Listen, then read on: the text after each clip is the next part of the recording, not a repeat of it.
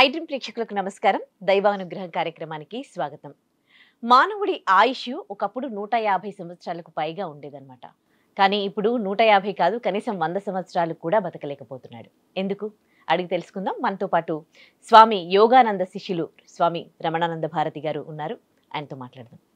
నమస్తే అండి. నమస్తే అమ్మా. గురుగారు, ఎందుకు పూర్ణాయుషుతో మానవుడు జీవించలేకపోతున్నారు? ఎందుకు మెల్లిమెల్లిగా ఆయుష్ అనేది తగ్గిపోతుంది? ఇప్పుడు కనీసం 80 సంవత్సరాలు కూడా బతకలేకపోతూ ఉన్నారు. ఎందుకు? మంచి ప్రశ్న వేశారమ్మా. ఇప్పుడు ఇది అందరికి కూడా చాలా అవసరము. ముందుగా గురు శ్లోకంతో మనం ప్రారంభించి వీడియోలోకి వెళ్దాం. నారాయణ సమారంభాం వ్యాస శంకర మధ్యమాం అస్మదాచార్య పర్యంతం మమ గురు యోగానంద భారతి వందే గురు పరం. ఎందరో మహానుభావులు అందరికీ వందనములు. ఎందరో గురువులు, ఎన్నో గురు పరంపరలు, ఎందరో యోగులు, ఎందరో సాధకులు, అందరికీ కూడా నా ఆత్మ నమస్కారం. ఇప్పుడు మనం మానవుడు పూర్ణాయుస్తో ఎందుకు జీవించలేకపోతున్నాడు అనే ప్రశ్న మీద మాట్లాడుకుందాం. ఆ సద్గురు ఏం పలికిస్తాడో దాన్నే మనము అందరం కూడా విందాము. ఇప్పుడు ప్రతి ఒక్క ఆరోగ్యంగా ఉన్నటువంటి స్త్రీ కావచ్చు, పురుషుడు కావచ్చు, ఇక్కడ లింగభేదం అనేది ఉండదు. ప్రతి ఒక్కరికి 21,600 ఉచ్ఛ్వాస నిశ్వాసాలు జరుగుతున్నాయన్నమాట. అది మన ప్రమేయం లేకుండా జరుగుతున్నాయి. అలా జరిగితే ప్రతి ఒక్కరికి కూడా 120 సంవత్సరాల ఆయుష్ అని మన పూర్వం ఋషులు దీన్ని కనుగొన్నారు. ఎలా దీన్ని వాళ్ళు కనుగొన్నారంటే, ఫస్ట్ అందరూ కూడా త్వరగా ఏదో ఒక కారణంగా చనిపోతున్నారు. దాన్ని వాళ్ళు పరిశీలనలోకి తీసుకొని పరిశోధించారు. ఫస్ట్ ప్రాణుల మీద పరిశోధించారు. కుక్కను తీసుకున్నారు. కుక్క నిమిషానికి వచ్చేసి 30-35 శ్వాసలు తీసుకుంటుంది. దాని నుంచి త్వరగా చనిపోతుంది అది. అలాగే పిల్లి ఎక్కువ ఎగిరేది, జంప్ చేసేది, ఆయుష్ ఊపిరి ఎక్కువ ఖర్చు పెడుతోంది, త్వరగా చనిపోతుంది. తర్వాత ఆమె అంటే తాబేలును వాళ్ళు తీసుకున్నారు. తాబేలును తీసుకున్నప్పటికీ అది నిమిషానికి 3 లేక 4 శ్వాసలు తీసుకుంటుంది. అది 500 నుంచి 600 సంవత్సరాలు బతుకుతున్నది. వీటన్నిటిని వాళ్ళు పరిశోధన చేసి అప్పుడు శ్వాసను పట్టుకుంటే మనిషి చాలా రోజులు ఎక్కువ బతకచ్చు అని వాళ్ళు ఆలోచించారనమాట. అప్పుడు 21,600 ఉచ్ఛ్వాస నిశ్వాసాలు అందరికీ జరగవు. ఎందుకు జరగవు అంటే, ఎక్కువ కష్టపడుతుంటారు కదా, ఎక్కువ కష్టపడే వాళ్ళకు ఎక్కువ ఊపిరి ఖర్చు అయిపోతుంది. అలాగా త్వరగా మరణం వస్తుంది అనమాట. తర్వాత పరిగెత్తుతారు ఎక్కువ, వాళ్ళకు కూడా ఎక్కువ శ్వాస ఖర్చు అయిపోతుంది, వాళ్ళు కూడా త్వరగా ఇదైపోతారు. తర్వాత భయము, ఇప్పుడు అనుకోకుండా ఒక ప్రదేశానికి వెళ్ళినప్పుడు భయపడతారు కదా, ఆ భయంలో కూడా ఎక్కువ ఊపిరి ఖర్చు అయిపోతుంది, అలా కూడా చనిపోతున్నారు. ఇంకా స్త్రీ సంభోగంలో అప్పుడు కూడా ఎక్కువ శ్వాసలు ఖర్చు అయిపోతాయి. అలాగూ కూడా మనిషి. ఇంకోటి, ఆహారం ఎక్కువ తీసుకుంటే కూడాను ఊపిరి ఎక్కువ ఖర్చు అయిపోతుంది. ఇప్పుడు ఎక్కువ వాళ్ళు తినేదానికంటే ఎక్కువ తిన్నారనుకో, అప్పుడు ఏమవుతుందంటే అలా అనుకుంటారు. అప్పుడు కూడా శ్వాసలు ఎక్కువ, నోటితో ఎప్పుడు ఎక్కువ శ్వాసను మనం వదులుతామో అప్పుడు కూడా త్వరగా చనిపోతున్నారు. వీటన్నిటిని గుర్తు చేసుకొని ఎక్కువ ఎలా బతకాలంటే శ్వాసను మనం నియంత్రించుకోవాలి. ఆహార నియమాలు ఉండాలి, యమ నియమాలు ఉండాలి. చాలామంది అనుకుంటారు మనము మాంసాహారం ఎక్కువ తీసుకుంటే బాగా బలం వస్తుంది, బాగా శక్తి వస్తుంది అనుకుంటారు. కానీ అది చాలా చాలా పొరపాటు. ఇప్పుడు మాంసం తిన్నటువంటి మనిషి అనారోగ్య సమస్యలతో హాస్పిటల్లో బెడ్ మీద పడుకుంటున్నాడు. అదే శాకాహారం, ఆకులు ఇలాంటివి తినే మేకలు, ఈ గొర్రెలు ఇలా ఉన్నాయి కదా, బక్కగా ఉన్నా కూడా కొండలో హాయిగా ఎక్కుతున్నాయి ఆకులు తిని. మరి ఆకులు తినే అవి ఆరోగ్యంగా ఉన్నాయి, మాంసం తిని మనము బెడ్ మీద పడుకుంటున్నాడు.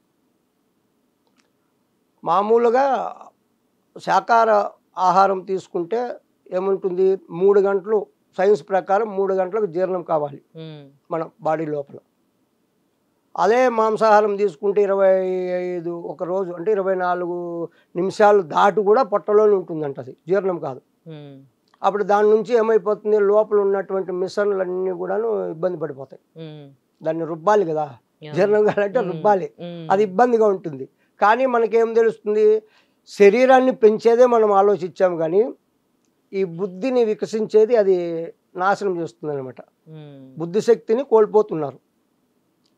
కాబట్టి ఎప్పుడైతే మనం శ్వాసను 21,600 శ్వాసలు జరిగేదాన్ని నిమిషానికి 15 జరుగుతాయి. ఆ 15 కంటే తక్కువ చేసుకోవాలి మనం. 15 శ్వాసల కంటే ఎవరైతే తగ్గించుకొని వాళ్ళు ఆ ప్రాణాయామం ద్వారా ఆహార నియమాలు పాటిస్తూ వాళ్ళు ఎవరైతే చేయగలుగుతారో వాళ్లకు ఎన్ని సంవత్సరాలే బతకచ్చు అని మన ఋషులు పూర్వమే నిరూపించారు. చాలా కాలం కూడా బతికారు కూడా వాళ్ళు. అంటే ఇప్పుడు ప్రాణాయామం నేర్చుకొని మనం కౌంట్ చేసుకుంటూ 15 టైమ్స్ అట్లా ప్రాక్టీస్ చేయాలంటారా? ఇప్పుడు నిమిషానికి 15 అన్నాం, 21,600 ఉచ్ఛ్వాస నిశ్వాసాలు 24 గంటలు అంటే నిమిషానికి 15 అంటే గంటకి ఎన్నాయా? 15 × 6 60 90 900. అలా అందరికీ జరగడం లేదు. అందుకే మనుషులు త్వరగా ఊపిరి ఎక్కువ ఖర్చు, మనం దినానికి ఎంత ఖర్చు పెట్టాలో అంతకంటే ఎక్కువ ఖర్చు పెడుతున్నాం. కాబట్టి అలా కూడా జనాలు ఆరోగ్యం కోల్పోతున్నారు, ఆయుష్ కూడా నశించిపోతుంది. ఇప్పుడు మనం ఈ ప్రాణాయామం ద్వారా ఇప్పుడు మనము శ్వాసను తీసుకొని ఆఫ్ చేస్తాం. 30 సెకండ్ ఆఫ్ చేసామనుకో, ఇప్పుడు ఒక్కసారి తీసుకుంటాము, 30 సెకండ్ హోల్డ్ చేసి మనము అలాగే సాధన చేస్తాం. అప్పుడు ఒకటే ఖర్చు అవుతుంది.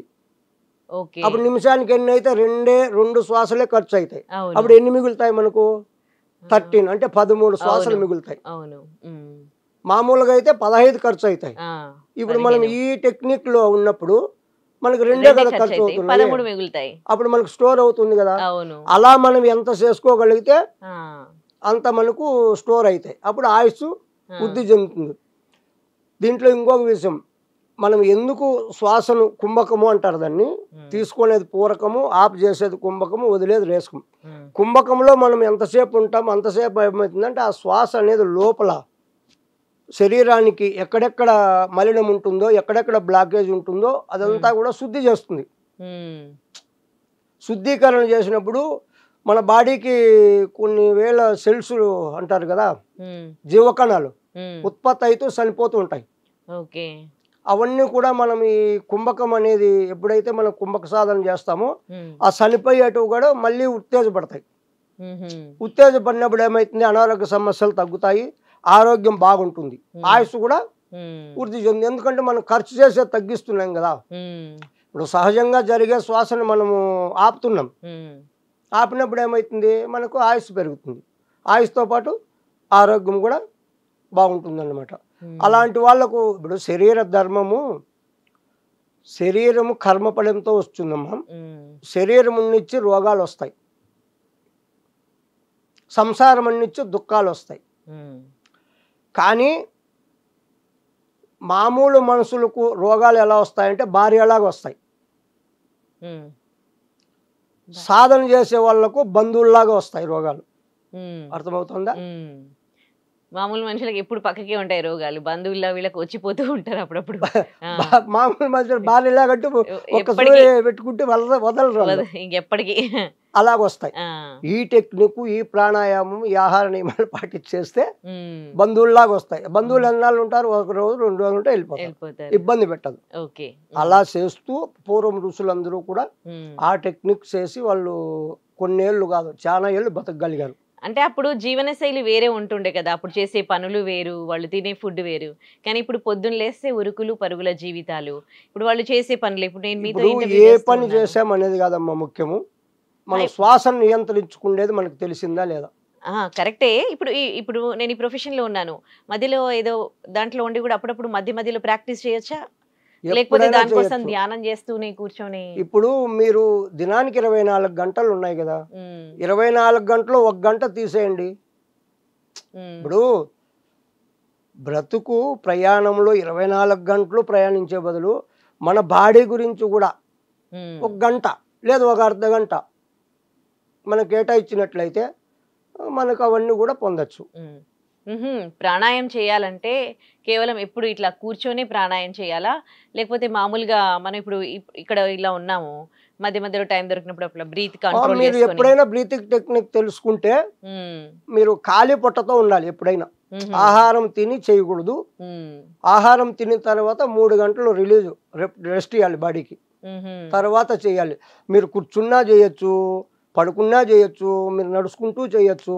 ఉమ్, ఆ శ్వాస టెక్నిక్ తెలుసుకుంటే మీరు ఉమ్, మీరు చేసుకునేది హోల్డ్ చేసుకుంటూ ఎలా వదలాలో ఎలా ఆపాలి అనేది తెలుసుకుంటే మీరు కూర్చొనే చేయాల్సిన పని లేదు. ఉమ్, ఓకే. అలా కూడా మీరు కంట్రోల్ చేసుకోవచ్చు. మ్హూ. కాకపోతే కూర్చుంటే ఒక ప్రదేశంలో అనేది ఉంటే ఒక ఏకాగ్రత వస్తుంది కదా, ఉమ్, ఒక ఏకాగ్రత ఉమ్, దాని మీదే మనసు నిలబడుతుంది. ఉమ్, ఇప్పుడు మనం వ్యవహారం చేస్తూ అంటే దీని మీద మన మనసు వెళ్ళిపోతుంది, ఉమ్, అంత కరెక్ట్గా ఉండదు.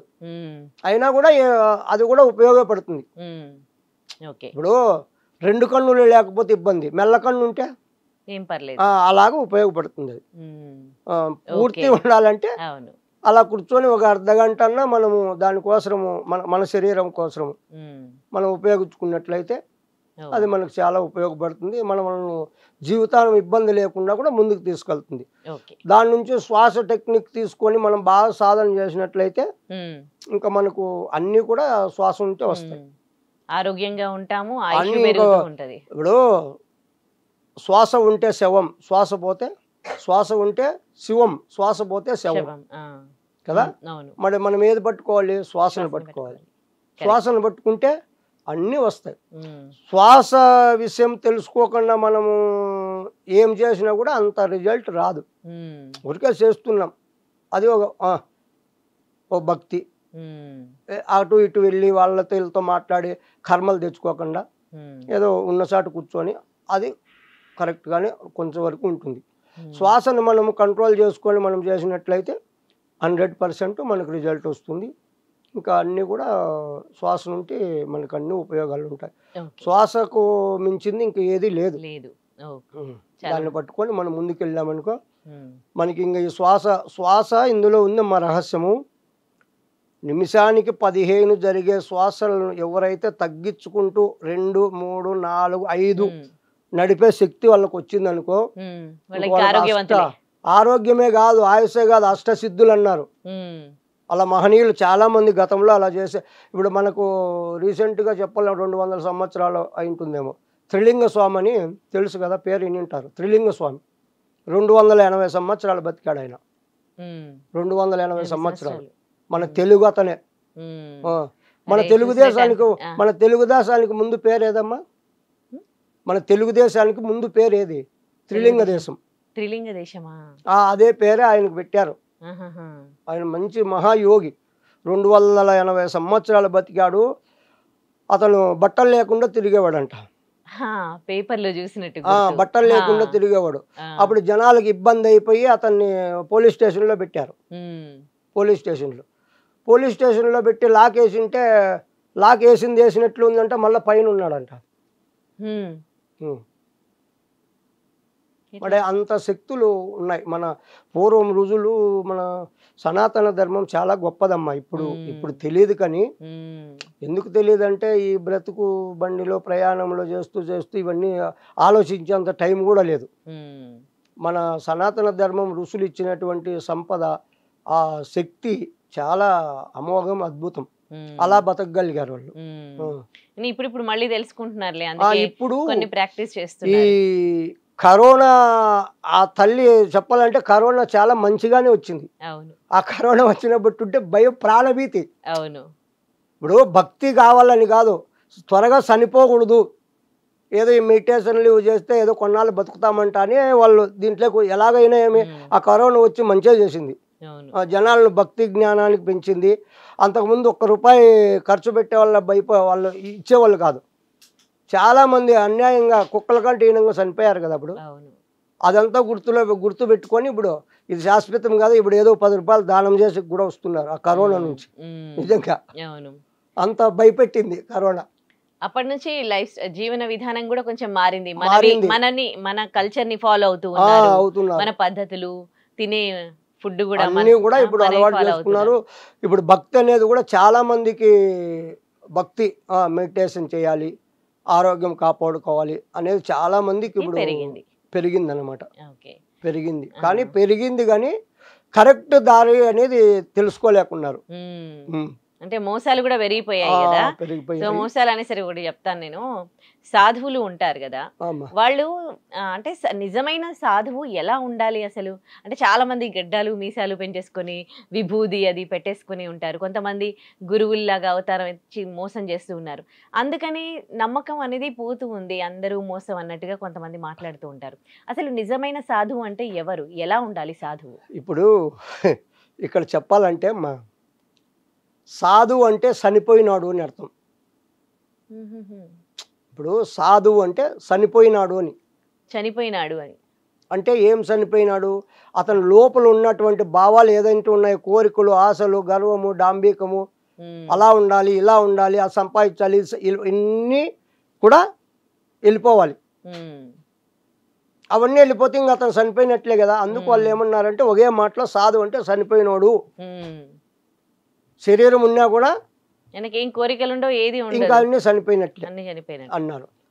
ఇప్పుడు ఈ వేషాలు ఇవి ఎందుకు వేసుకోవాలనే దానికి కూడా ఒక విషయం మాట్లాడుకున్నాం. ఇప్పుడు అయ్యప్ప స్వాములు ఉన్నారు, వ్రతం చేస్తారు వాళ్ళు 48 రోజులు లేదా 60 రోజులు 21 రోజు. వాళ్ళకు ఒక డ్రెస్సు, ఒక పద్ధతి అనేది పెట్టారు కదా. అవును. అదే లేకపోతే మామూలుగా వ్రతం చేస్తే మామూలు జనాలు కూడా వాళ్ళకి ఇబ్బంది పెట్టేకి అవకాశం ఉంటుంది. అవును, ఇటు మామూలుగా ఉండాలి లేరా అని అందరూ కూడా అలాగే క్లోజ్గా ఉండేవాళ్ళు, అలాగే బిహేవ్ ఉంటుంది. వాళ్ళు ఆ పద్ధతి, ఆ డ్రెస్ కనపడింది అనుకో, వాళ్ళు ఆలోచిస్తారు, ఓహో ఇతను ఏదో భగవంతుని దీంట్లో ఉన్నాడు అనేది. వాళ్ళు కూడా ఇతన్ని ఇబ్బంది పెట్టరు. వీళ్ళు కూడా ఈ డ్రెస్సు ఉన్నంత వరకు అంతకుముందు ఎన్ని చేశారో వాళ్ళు అవి చేయకుండా కూడా ఇవి గుర్తిస్తూ ఉంటాయి ఎప్పుడు. ఇప్పుడు కాషాయం వేసమ్మ, కాషాయం అంటే ఏది? అగ్నికి చిహ్నం. కాషాయం అంటే అగ్నికి చిహ్నం. అది అగ్ని అంటే జ్యోతి, బా అంటే ప్రకాశం, ప్రకాశం అంటే జ్ఞానం, రతి అంటే రమించడం, అంటే ఆ జ్ఞానాన్ని పొందడం లేదా అనుభవించడం. అందుకు మన భూమి భరత భూమి, యోగ భూమి, ధర్మభూమి, కర్మభూమి అని అందుకు కొలిచారు వాళ్ళు. అందుకే ఆ పేరు పెట్టారు భరత్ అని. చాలా మందికి తెలియదు ఆ పేరు ఎందుకు వచ్చిందో కూడా తెలియదు. భరతుడు పాలించిన అనుకుంటారు, అలా కాదు. బా అంటే ప్రకాశం, ప్రకాశం అంటే జ్ఞానం, అంటే రమించడం, అంటే ఆ జ్ఞానానికై మనం పొందడము, అనుభవించడం. ఇప్పుడు మన దేశాన్ని ఏమంటారు? జ్ఞానభూమి అంటారు కదా, యోగ భూమి, ధర్మభూమి అంటున్నారు. దేవతలందరూ కూడా మన భూమి మీద నడిగాడారు అంటారు. అందుకు వాళ్ళు ఆ పేరు పెట్టారనమాట. ఇప్పుడు మనం పొందాల్సింది ఏంది? జ్ఞానమే కదా. ఇప్పుడు మనం పొందాల్సింది ఏంది? జ్ఞానమే. అందుకు ఆ పేరు, అందుకు భారతదేశం. అన్ని దేశాలు కూడా ప్రపంచం వరల్డ్ అంతా కూడా ఒక ఇండ్లు అయితే మన భారతదేశం పూజా మందిరం. అర్థమైందమ్మా? ప్రపంచం అంతా ఒక ఇండ్లు, ఒక హౌస్ అయితే మన భారతదేశము పూజా మందిరం. అంటే అంత ప్రత్యేకమైంది, అంత గౌరవించదగింది, అంత ఎక్కువ. మన భారతదేశానికి మించిన దేశం లేదు. అందుకే మహనీయులు చాలా మంది అన్నారు, భారతదేశంలో కుక్కగా పుట్టినా కూడా గౌరవమే అన్నారు. మనిషి కాదు, కుక్కగా పుట్టినా కూడా భారతదేశంలో గౌరవం అన్నారు. వేరే దేశానికి ఇంత లేదు, ఉందా మరి? అందుకే మన భారతదేశం అంటే అంత గొప్పది అన్నమాట. అలాగా మనం సాధు అనేవాడు అలా ఉండాలి. ఇంకా ఈ కాషాయము, ఆ విభూది, బొట్టు ఎందుకు పెట్టుకోవాలి అనే ఒక ప్రశ్న.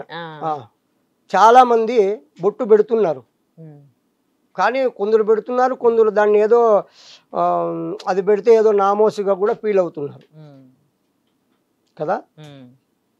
మన బాడీలో 72,000 నాడీ మండలం నాళ్ళు ఉంటాయి, కానీ అవి ఎక్కడా కలవు. ముఖ్యమైనటివి ఎడా, పింగళ, సుషుమ్న. ఆ 3 ఎక్కడ కలుస్తాయంటే భ్రూమధ్యంలో కలుస్తాయి. ఇక్కడ ఇక్కడ మనం బొట్టు పెట్టడం వల్ల ఈ ప్రెస్ చేస్తాం కదా, బొట్టు పెట్టినప్పుడు ఇక్కడ ఆ శక్తి అనేది, ఆ సుషుమ్న అనేది యాక్టివేట్లో ఉంటుంది అనమాట. మన బాడీలో ఏదైనా కానీ శక్తి బయటికి వెళుతుంది ఎనర్జీ అంటే ఇక్కడ నుండి త్వరగా వెళ్తుంది. ఉశ్వాస నిశ్వాసాల నుండి వెళ్తుంది, ఇక్కడ నుండి వెళుతుంది. ఇంకొకటి, ఎదుటి మనిషి మనల్ని చూసినప్పుడు వాళ్ళ చూపు ఎక్కడ పడుతుంది? ఫేస్ మకం మీద పడుతుంది. కొందరు కన్నులు ఎలా దృష్టి కన్నులు అంటారు చూడు, ఆ దృష్టి కూడా మనకి తగలకుండా ఇది కాపాడుతుంది, కాపాడుతుంది. తర్వాత థర్డ్ ఐ అంటారు కదా, జ్ఞాననేత్రం. ఆ జ్ఞాననేత్రము త్వరగా యాక్టివేట్ కావాలి, ఓపెన్ కావాలి అన్నా ఇక్కడ బొట్టు పెట్టుకోవాల్సింది కరెక్ట్ విషయం అనమాట. మనం బొట్టు పెట్టుకున్నప్పుడు ఇక్కడ ప్రెస్ చేస్తాం కాబట్టి అక్కడ ఉన్నటువంటి నాడులు ఉత్తేజపడతాయి. అప్పుడు మంచి ఎనర్జీ ఉంటుంది, మనకు అన్నీ కూడా దాని నుండి ఉపయోగపడతాయి. ఎదుటి మనిషిని ఆకర్షణ భావము కలుగుతుంది. ఇప్పుడు బొట్టు పెట్టిండే వాళ్ళని చూడండి, తెలియకుండా కూడా వేరే వాళ్ళు ఏదో గౌరవంగా వాళ్ళను చూస్తారనమాట. అన్ని అందుకు ఉపయోగపడుతుంది. తర్వాత మన హిందువులని గుర్తించుకునేదానికి కూడా ఉపయోగపడుతుంది. ఇన్ని రకాలు బొట్టు ఉంది, మరి మనం బొట్టు పెట్టుకోం. అప్పుడు అందులో చూడండి, ఇప్పుడు ముస్లిం సోదరులు ఉన్నారు, చిన్నప్పటి నుండి టోపీ అలవాటు చేస్తారు వాళ్ళకు నెత్తిన కదా.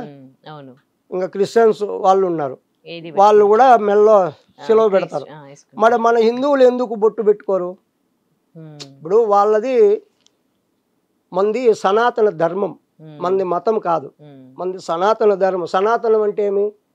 శాశ్వతమైంది, ఇప్పుడు ఉండి రేపు లేకుండా పోయేది కాదు, ఎప్పటికీ ఉండేది. సృష్టికి పూర్వము, సృష్టిలోన, సృష్టి తర్వాత కూడా సనాతన ధర్మం ఉంటుంది. మన అలాంటి ధర్మం మనకు ఉన్నప్పుడు మనం మన బొట్టును పెట్టుకొని మనం ఎందుకు ప్రజల్లోకి వెళ్ళలేకున్నాము? ప్రతి ఒక్క హిందువు తప్పనిసరిగా బొట్టు ధరించాలి. ఆ బొట్టు నుంచి ఎన్ని ఉపయోగాలు ఉన్నాయో ఇప్పుడు మీకు అర్థమైంది. కాబట్టి ఇంకా ప్రతిరోజు కుంకుమ కానీ, చందనం కానీ, విభూది కానీ, తిలకం కానీ ఏదైనా మనము పొద్దున్నే స్నానం చేసిన తర్వాత బయటికి వెళ్ళాలి అన్నప్పుడు అలా ధరించి వెళితే మనం వెళ్ళే పనులు కూడా అన్నీ కూడా విజయవంతంగా నెరవేరుతాయి. మనకి ఎలాంటి ఆ దృష్టి దోషం అనేది తగలదు. ప్రతి ఒక్కరు కూడా మనల్ని గౌరవించే విధానం కూడా మార్పు వస్తుంది, గౌరవిస్తారు కూడా. ఆ లక్షణం అలా కనపడుతుంది. లక్ష్మీకి చిహ్నం బొట్టు. అన్ని రకాలు మనకు ఉపయోగపడతాయి కాబట్టి అందరూ కూడా బొట్టును ధరించండి. ఏ ఫీల్ కావద్దండి, బొట్టు పెట్టుకుంటే మీకు అన్ని ఉపయోగాలే ఉంటాయి, కానీ అపయోగం అయితే కుదరదు. ఆరోగ్యంతో పాటు అన్నీ బాగుపడతాయి. ఇంకో ప్రశ్న గురువు గారు, ధ్యానం చేస్తాం కదా, ఇది కూడా అప్పట్లో మన వాళ్ళందరూ చేసేవాళ్ళు, ఇప్పుడు చేయట్లేదు. కానీ ధ్యానం అంటే కళ్ళు మూసుకొని ఇట్లా కూర్చుంటే అది ధ్యానం అయిపోద్ది? అసలు ధ్యానం ఎట్లా చేయాలి? ఇప్పుడు చాలా మంది ఈ ప్రశ్నలే అడుగుతున్నారు. మేము 8 గంటలు కూర్చుంటాం, 10 గంటలు కూర్చుంటాము అని. అప్పుడు మీరు ఎలా కూర్చుంటున్నారు అంటే, కన్నులు మూసుకొని కూర్చొనేస్తే ధ్యానం అయిపోతుందా? కాదు. మీరేం చేస్తున్నారు? శరీరము బయట తిరిగేదాన్ని కూర్చోబెడుతున్నారు అంతే. లోపల తిరిగేటివి తిరుగుతూనే ఉంటాయి, ఆలోచనలు వస్తూనే ఉంటాయి, ధ్యానం చేస్తూ ఉంటాయి. అస్సలు ఒక క్షణం కూడా కంట్రోల్ చేసుకోవాలి. మరి అప్పుడు మీరు ఎన్ని గంటలు కూర్చుంటే ఏం ప్రయోజనం? ఆ ధ్యానం ఎలా అవుతుంది? అది మన చేతుల్లో ఉండదు కదా, ఎంత కంట్రోల్ చేసుకోవాలనుకున్నా కానీ. అది కంట్రోల్ చేసుకుంటేనే ధ్యానం అవుతుంది, దానికే ధ్యానం అంటారు. శరీరం కూర్చోబెడితే నువ్వు తిరిగినా ఒకటే, కూర్చున్నా ఒకటే. లోపల తిరిగేటివి ఆగాలి, ఆలోచనలు. ఇప్పుడు మనస్సు. దీనికి ఏమంటారంటే తలల బోడవున కానీ తలపల బోడవున అంటారు. తల ఏమైనా ఉన్న గుండు కొట్టించుకొస్తాం, లోపల ఉండే తలపులు ఆలోచనలు పోతున్నాయా? పోలేదు. నువ్వు కూర్చుంటావో, పండుకుంటావో, తిరుగుతావో ముఖ్యం కాదు, ఆలోచనలు తగ్గాలి. అది ఉంటేనే ధ్యానం అవుతుంది. అది లేనిది నువ్వు ఎన్ని గంటలు కూర్చున్నా కూడా. ఇంకోటి, మనం మాట్లాడుతూ ఉంటే ఆలోచనలు అంతగా రావు. ఒక్కసారి కళ్ళు మూసుకొని కూర్చోమడే, చిన్నప్పుట్టుంటే ఉండేటివి, ఎవరైనా నిన్ను తిట్టిండేటివి, వాళ్ళని నువ్వు తిట్టిండేటివి, చేసిండే అప్పులు, ఇంకోటి అన్ని మంచిగా వస్తాయి. వస్తాయి లేదా? అవును, అన్ని గుర్తొస్తూ ఉంటాయి. మరి ధ్యానం ఎలా జరుగుతుంది? ధ్యానం ఎలా జరుగుతుంది అక్కడ? అక్కడ ధ్యానం ఎలా అవుతుంది? ఉమ్, కూర్చోబెట్టావు, శరీరం తిరిగేదాన్ని కూర్చోబెట్టావు అంతే. ఉమ్. మరి ఎలా అవి ఆలోచనలు అవన్నీ control ఆలోచనలు ఎప్పుడైతే తగ్గుతాయో అప్పుడు ధ్యానం నీకు వస్తుంది. అది అసలు ఎవరికి సాధ్యం కావట్లేదు, చాలా కష్టం అవి చేయాలంటే. అప్పుడు అందుకే అమ్మా మనోళ్ళు పూర్వం అన్ని ఆలోచించారు. ఉమ్, దానికే అన్నిటికీ మూలం ప్రాణాయామం టెక్నిక్ పెట్టారు. ఉమ్, ఇప్పుడు మనసుకు శ్వాసకు సంబంధం ఉంది. శ్వాస కంటికి కనపడదు, మనసు కంటికి కనపడదు. కానీ శ్వాస స్పర్శ తగులుతుంది. ఉమ్. శ్వాస తగులుతుంది కదా స్పర్శ. అవును అవును. దాన్ని పట్టుకుంటే ఆలోచనలు తగ్గుతాయి. మనసు తగ్గితే ఆలోచనలు తగ్గుతాయి. ఉమ్, అందుకే శ్వాస వేగాన్ని, శ్వాస పొగురును తగ్గిస్తే ఉమ్, ఆలోచనలు తగ్గుతాయి ఉమ్, అని వాళ్ళు ప్రాణాయామం నుండి. ఇప్పుడు ప్రాణాయామం చేసి మనము ధ్యానంలో కూర్చున్నామనుకో ఆలోచనలు తగ్గుతాయి, ఆ స్థితి వస్తుంది. ఉమ్, అలాగే నువ్వు కంటిన్యూగా చేస్తూ ఉంటే లాస్ట్కు ఆలోచన లేని స్థితికి అప్పుడు ధ్యానం కుదురుతుంది. ఉమ్. అంటే రెగ్యులర్ గా చేస్తూ ఉండాలి, చేయాలి చేస్తూ కదా. ఉంటే ఆలోచనలు పోతాయి. పోతాయి కంపల్సరీ. ప్రాక్టీస్ చేస్తే ప్రాణాయామం నేర్చుకుని. ఇప్పుడు ప్రాణాయామం లేకపోతే సుషుమ్న యాక్టివేట్ కాదు. మెయిన్ ఆహార నియమాలు పాటించాలి. ఆహార నియమాల నుండి ప్రాణాయామం చేస్తే ప్రాణాయామం నుండి సుషుమ్న యాక్టివేట్ అవుతుంది. సుషుమ్న యాక్టివేట్ అయిన తర్వాత ఆసన సిద్ధి కలగాలి. ఆసన సిద్ధి కలిగితే ధ్యానం కుదురుతుంది. ధ్యానం కుదిరితే జ్ఞానం వస్తుంది. జ్ఞానం వస్తే మోక్షం వస్తుంది. దీనిలో ఏదో ఒకటి రాకపోయినా అన్నీ నిలిచిపోతాయి. స్టెప్ బై స్టెప్ ఉన్నాయి ఇవి. అదే అదే పతంజలి మార్చు కూడా యమ, నియమ, ఆసన, ప్రాణాయామ, ప్రత్యాహార, ధారణ, ధ్యాన, సమాధి లాస్ట్ చెప్పాడు. ఇవన్నీ పాటిస్తూనే సమాధి స్థితికి వెళ్తావు. మరి మనము ఇవన్నీ ఏది లేకుండా ఊరికే నేను కళ్ళు మూసుకొని కూర్చేసుకుండా ఓ అమ్మ 14 గంటలు కట్టినా 24 గంటలు కూర్చుండంటే ఊరికే శరీరం కూర్చుంది అంతే. లోపలి కూర్చోవాలి. నువ్వు కూర్చుంటావో కూర్చోవో ఇది కాదు ప్రశ్న, లోపలి ఆగాలి. లోపల ఆలోచనలు ఉన్నాయి కదా, వాటిని మనం కంట్రోల్ చేయగలగాలి. కుక్క వంటి మనసు కూర్చుండనివ్వదు, తిక్కబట్టినట్లు తిప్పుచుండు, కుక్కను చంపితే సక్కని మనసురా అన్నాడు. మనసే అన్నిటికీ మూలం.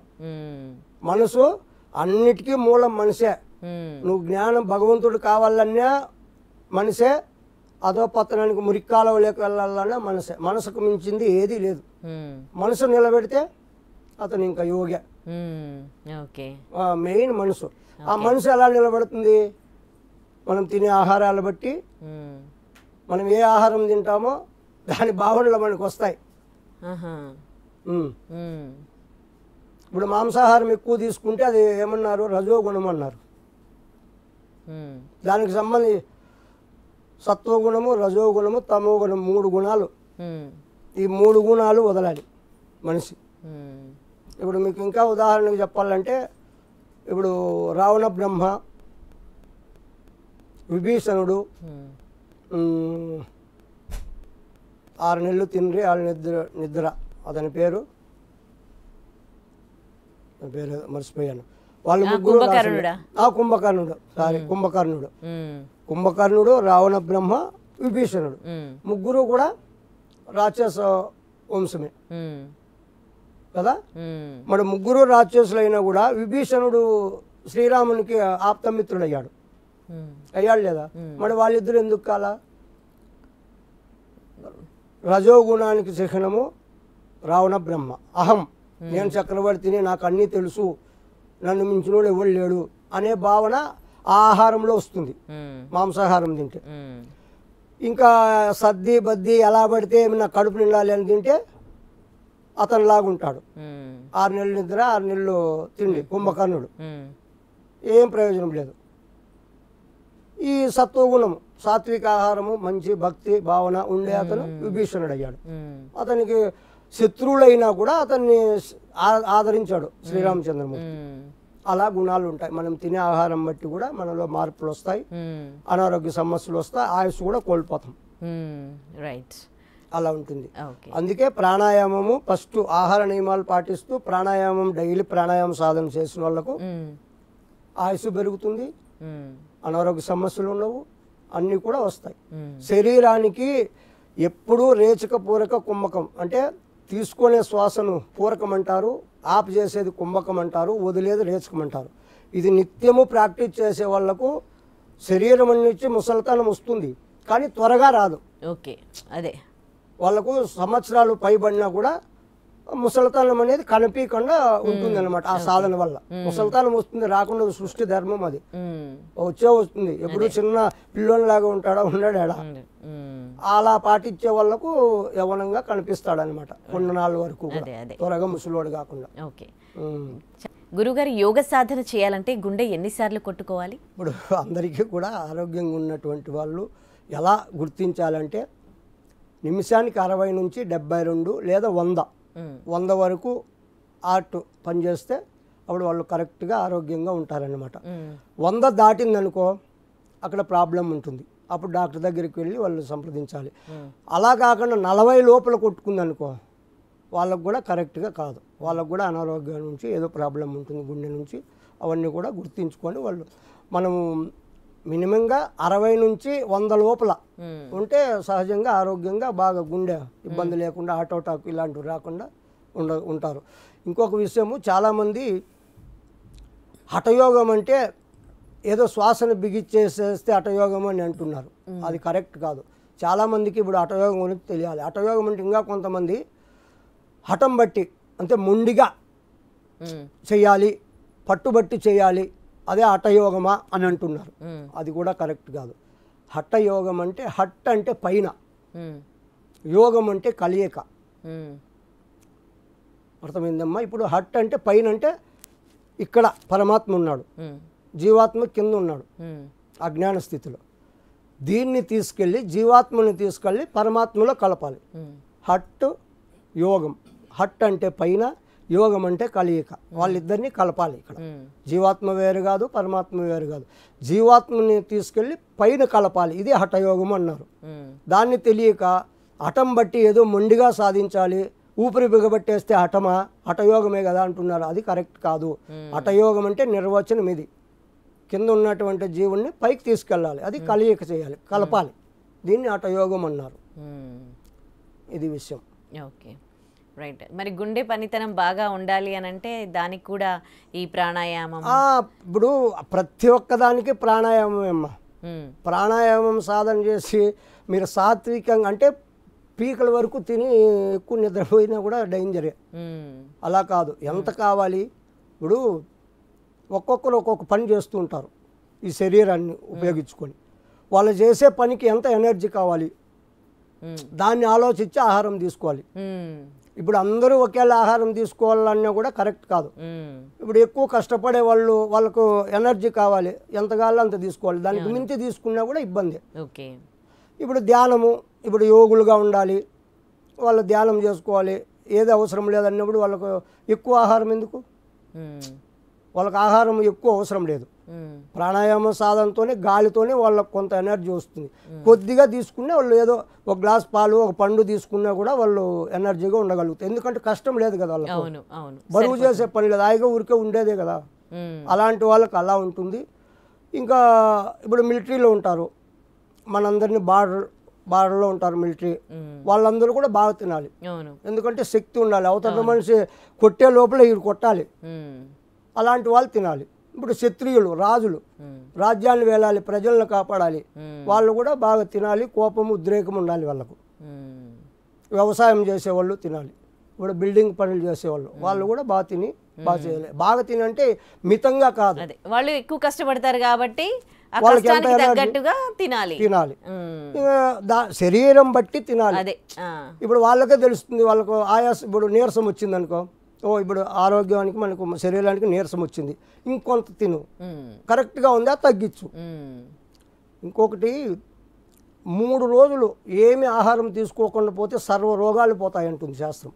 కానీ 3 రోజులు చేయగలం ఉండగలిగితే నిమ్మరసం దాగి ఉంటారు అలాంటి వాళ్ళు. నిమ్మరసం పొద్దున్నే నిమ్మకాయ పిండుకొని ఒక చెమ్ము నీళ్లు అంటే 1 లీటరు నీళ్ళలేక ఒక నిమ్మకాయ పిండుకొని పొద్దున్నే తాగారనుకో ఇంకా ఆ రోజంతా ఆకలి కాదు. మొత్తం మంచినీళ్ళు కూడా తీసుకోవద్దా? ఇంకా అది తాగితే చాలు మీకు. ఇప్పుడు తింటేనే, ఇప్పుడు ఏదన్నా తింటేనే దప్పే అవుతుంది, తినకపోతే దాహం ఎలా అవుతుంది? అలా అంటారు. ఓకే, ఏం తినరు కాబట్టి దాహం కాదు. సో ఉదయాన్నే వాటర్ తీసేస్తే అప్పుడు ఏమైపోతుందంటే లోపల ఉన్నటువంటి కల్మషం ఏదేదో ఉంటుందో అదంతా కూడా శుద్ధి జరుగుతుంది లోపల. మిషన్లు మళ్ళీ బాగా పనిచేస్తాయి. అరిగిపోయి ఇప్పుడు డైలీ మనం డైలీ మిక్స్ చేస్తే అరిగిపోతాయి లేదా మిషన్ రాపిడ్ చేసి చేసి చేసి గ్యాప్ ఇస్తే ఇది కూడా అంతే. ఎప్పుడు 24 గంటలు జీవితం అంతా వేస్తూ ఉంటే అది ఏం చేస్తుంది లోపల చెప్తుందా? లోపల ఏం చేయాలి? అది కొన్నాళ్ళకి ఇబ్బంది అయిపోయి అన్నీ ఇదైపోతాయి, అన్నీ లోపల అరిగిపోతాయి. అందుకే మన వాళ్ళు ఇవన్నీ గమనించి ఏకాదశికి ఒక రోజన్నా ఉపవాసం ఉండండి అన్నారు. అల్లన్న ఉంటే ఒక రోజు ఉన్నా సంవత్సరం అంతా ఉపయోగపడతారు అని. 3 రోజులు కంటిన్యూగా ఉపవాసం ఉంటే ఎలాంటి రోగాలు లోపల ఉన్నా కూడా డాక్టర్ అవసరం లేదు. నిత్య నూతన యవ్వనం అంటారు, అలా వాళ్ళ బాడీ మళ్ళీ రికవర్ అయిపోతుంది. ఎన్ని డేస్కి ఒకసారి ఉండాలి అంటే ఎన్ని నెలలకు ఒకసారి ఎట్లా? మీరు అలా కాదు, వారానికి ఒక్కరోజు ఉపవాసం ఉంటే చాలు. వారానికి ఒక్కరోజు మొత్తం ఏం తినకుండా నిమ్మకాయ నీళ్ళు తీసుకోవాలి, నిమ్మకాయ రసం తాగి పొద్దున్నే అలా ఉండండి. మీరు అప్పుడు మీ బాడీ మీకే అర్థమైపోతుంది ఎలా ఉంటుంది అనేది. వారానికి ఒక్కరోజు ఉంటే చాలు అలా కంటిన్యూగా. ఇంకా పూర్వం మన వాళ్ళు ఏం చేసేవాళ్ళు తెలుసా? నెలకు ఒక్కసారి బేదికి వేసుకునేవాళ్ళు, బేదికి ఇచ్చేవాళ్ళు అంట. అంటే బేది లూజ్ మోషన్, అప్పుడు లోపల ఉండేదంతా క్లీన్ అయిపోతుందని. ఇప్పుడు అవన్నీ ఎక్కడ చేస్తున్నారు? అలా చేసేవాళ్ళు, అప్పుడు ఆరోగ్యంగా ఉండేవాళ్ళు. స్నానం చేయాలంటే ఫస్ట్ ఏం చేసేవాళ్ళు? చెవుల్లోకి కొబ్బరి నూనె లేదా ఆముదం వేసుకొని స్నానం చేసేవాళ్ళు అంట, తలకంతా మర్దన చేసుకొని. నెలకు ఒక్కసారైనా నువ్వుల నూనె మర్దన చేసుకునేవాళ్ళు శరీరానికి, నువ్వుల నూనె మర్దన చేసుకునేవాళ్ళు శరీరానికి అప్పుడోళ్ళు. అందుకే శరీరం గట్టిగా కాంతిగా ఉండేది వాళ్ళకు. ఎంత కష్టపడినా ఇబ్బంది లేకుండా ఉండేది, నొప్పులు లేకుండా. నువ్వుల నూనెలో అంత ఇది ఉందన్నమాట, రోగ నిరోధక శక్తి. ఎలాంటి నొప్పులు ఉన్నా పోతాయి ఆ మర్దన చేసుకొని మనం స్నానం చేస్తే వేడి నీళ్ళతో. అలా చేసేవాళ్ళు పూర్వం. అందుకే వాళ్ళు ఎన్ని సంవత్సరాలైనా వాళ్ళు ఎలా బతకగలిగారు? బాగా యాక్టివ్గా పనులు చేసేవాళ్ళు. 90 ఏళ్ళు అయినా కూడా వాళ్ళ పనులు వాళ్ళు చేసుకునేవాళ్ళు. మరి ఇప్పుడు ఏది? ఇప్పుడు ఇవన్నీ కూడా మొరట అయిపోయాయి. ఇప్పుడు నూనె పెట్టాలన్నా ఇబ్బంది. అందుకే త్వరగా పట్టదలకాయ వచ్చేస్తుంది ఇప్పుడు నూనె పెట్టక జనాలకు. నూనె పెడితే ఏమవుతుందంటే ఎంటుకలు గాలికి అల్లాడవు. గాలికి ఎప్పుడైతే అల్లాడతాయో అప్పుడు ఈ కుదులు లూజ్ అయ్యి ఎంటుకలు ఊడిపోతాయి. అది తెలియలా. ఇప్పుడు ఫ్యాషన్గా షాంపూలు వేస్తే నిగనిగలాడతాయి, అది ఒక స్టైల్గా అనుకొని ఉన్నారు అంతే. నూనె పెడితే అసహ్యం కదా, ముద్ద ముద్ద అవుతుంది. ఆ నూనె పెట్టడం వల్ల మన జుట్టు ఎప్పటికీ కూడా ఊడిపోదు. అలా ఉన్నది అప్పుడు. అప్పుడు చిన్నప్పుడు అంటే పళ్ళుల్లో ఇవన్నీ చేసేవాళ్ళు బాగా. ఇప్పుడు ఫ్యాషన్, ఇప్పుడు షాంపూలు ఏంది స్నానం చేయరు, సీకాకాయ కూడా వేయరు, షాంపూనే కావాలి. సీకాయ అన్న ఇస్తారు అంత మేలు, అదే వేయరు. ఇలా ఉంటుంది. ఇంకా సాధువు అప్పుడే అడిగారు ఒక ప్రశ్న, సాధువు బొట్టు ఎందుకు పెట్టుకోవాలి, రుద్రాక్షలు ఎందుకు వేయాలి, గడ్డం ఎందుకు పెట్టుకోవాలి, ఇవన్నీ అన్నారు. బాగుంది. ఇప్పుడు చాలామంది ఒక యోగి, ఒక సాధువు ఇలా ఉంటేనే కరెక్ట్ వాళ్ళకు, వాళ్ళ అభిప్రాయం. సాధువు అన్ని తర్వాత ఎర్రబట్టలు వేసుకోవాలి, రుద్రాక్షలు వేసుకోవాలి, గడ్డం ఉండాలి, జుట్టు ఉండాలి, వికారంగా ఉండాలి, కరెక్టే. మరి వాళ్ళు అనుకున్నట్లు వీళ్ళు ఉండాలంటే వీళ్ళకు బతకాలి, ఎలా ఉండాలని వీళ్ళ లైఫ్ స్టైల్ వీళ్ళకు వద్దా? సాధువు అయినంత మాత్రాన అన్నీ వదిలేసి ఉండాలని ఎక్కడనుందా? ఇప్పుడు మీరు అనుకున్నట్లే వీళ్ళు మారాలంటే పోనీ వీళ్ళు అనుకున్నట్లు మీరు మారతారా? అంటే మీరే అన్నారుగా సాధువు అంటే కోరిక లేకుండా, కోరికలు లేకుండా శరీరాన్ని ఎలా పడితే అలా చేసుకోమని. రోగాలు వస్తే వాళ్ళు మళ్ళీ ఆసుపత్రికి తీసుకెళ్తారా సాధువులను? ఏమ్మా, ఇప్పుడు శరీరాన్ని కూడా మనము భగవంతుణ్ణి మనం చేరాలంటే ఉపాధి శరీరం, ఆత్మే పరమాత్మ కదా. మరి ఈ ఆత్మ ఎక్కడుంది? శరీరంలో ఉందంటున్నారు. మరి శరీరం కరెక్ట్గా మనం శరీరాన్ని చూసుకోకపోతే భగవంతుణ్ణి ఎలా చేరతాం? రోగాలు వచ్చిపోతే ఎడబడిపోతాం కదా. మరి దీన్ని కాపాడుకోవాల. దేహమే దేవాలయం, జీవ పరమాత్మ అన్నాడు కదా సనాతన. మరి ఈ దేహాన్ని మనం చూసుకోలేకపోతే నువ్వు భగవంతుని చెందే వరకు ఎలా ఉంటావు? రోగాలతో పడి ఆసుపత్రుల్లో ఉంటావు. ఒకడు కూడా నీ దగ్గర కూర్చుంటాడు అసహ్యంగా. ఇప్పుడు ఒక వారం మనం స్నానం చేయకపోతే పక్కలో కూర్చుంటే వాడు కూర్చోని లేచిపోతాడు. ఒక వారం ఒక రోజు అవునా లేదా? మరి ఎప్పుడు చూసినా ఈ ప్రజలు సాధువు అంటే ఇలాగే ఉండాలి, ఎందుకు బాగుమూలుగా ఉండాలి, ఆ పుట్టకోసి పెట్టుకొని ఉండాలి కదా, చెట్టు కింద కూర్చోవాలి కదా అంటే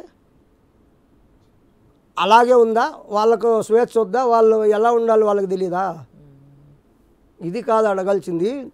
వాళ్ళ నుంచి సమాజానికి మంచి జరుగుతుందా, చెడు జరుగుతుందా, దాన్ని బట్టి ఆలోచించాలి ఎవరైనా.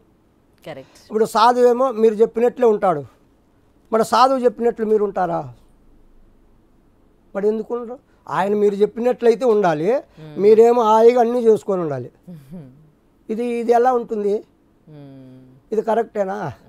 మరి అదే కాలమాన పరిస్థితులు బట్టి అన్నీ కూడా మార్పులు ఉన్నాయి. రైట్. ఇప్పుడు అప్పుడు సమాజంలో పుట్టకోస పెట్టుకొని తిరిగారు, ఇప్పుడు అలా పెట్టుకొని తిరుగు పిచ్చోడు అని చెప్పి ఎతకపోయి దీంట్లో పెడతారు, పిచ్చాసుపత్రిలో పెడతారు లేదా? ఇప్పుడు సమాజం అలా ఉంది. మరి దాన్ని బట్టి మారాలి, ప్రతి ఒక్కరూ మారాలి. కానీ మనం ఏ వేషం వేస్తాము అనేది కాదు ముఖ్యం, ఏం ప్రజలకు ఇస్తున్నాము, మంచి చేస్తున్నామా చెడు చేస్తున్నామా, అదే కదా కావాల్సింది. మరి అలా ఉంటుంది. కాకపోతే వాస్తవంగా అయితే వేషధారణ చేసి మోసాలు చేసే వాళ్ళు కరెక్ట్గా ఉన్నారు, లేదని కాదు, అలాగా ఉన్నారు, ఇలా ఉన్నారు. అదే ఇప్పుడు చాలామంది మహనీయులు కూడా మంచి మంచి బట్టలు వేసుకొని వాళ్ళు ఇది చేసిన వాళ్ళు లేరా? మన దీంట్లో ఉన్నారు, బట్టలు లేకుండా ఉండేవాళ్ళు ఉన్నారు. ఇప్పుడు మనము జనాలలో ఉండేటప్పుడు జనాలకు ఎలా ఉండాలో అలా ఉండాలి. తానొవ్వక ఇతరులను నొప్పించుక తప్పించుకు తిరుగువాడు ధన్యుడు సుమతి అన్నారు. మనం ఇప్పుడు ప్రపంచంలో ఉన్నాం, అదే మనం అరణ్యం హిమాలయాసు అక్కడ అడవుల్లో ఉంటే వాళ్ళకి బట్టలతో పనిలే, ఎందుకంటే ఎవరు రారు చూడరు, వాళ్ళ కర్మ ఏదో వాళ్ళు ఉంటారు. ఇప్పుడు మనం జనారణ్యంలో ఉన్నాం, ఇది అరణ్యం అంటే జనారణ్యం. ఈ జనారణ్యంలో కూడా జనాలకి ఎలా నచ్చితే అలాగే ఉండాలి, అలా ఉండకపోతే గురువు సరిలేదంటాడు. అవునా కదా? ఇప్పుడు జనరేషన్ బట్టి నేను కూడా గతంలో ఈ గడ్డం అంతా ఇంతవరకు పెంచుకొని ఎర్రబట్టలు వేసుకొని ఉండేవాడిని. అప్పుడు జనాలు భయపడేవారు, ఏదో మంత్రికుడు ఉన్నట్టున్నాడు, అది కాక హిమాలయాల్లో వెళ్ళి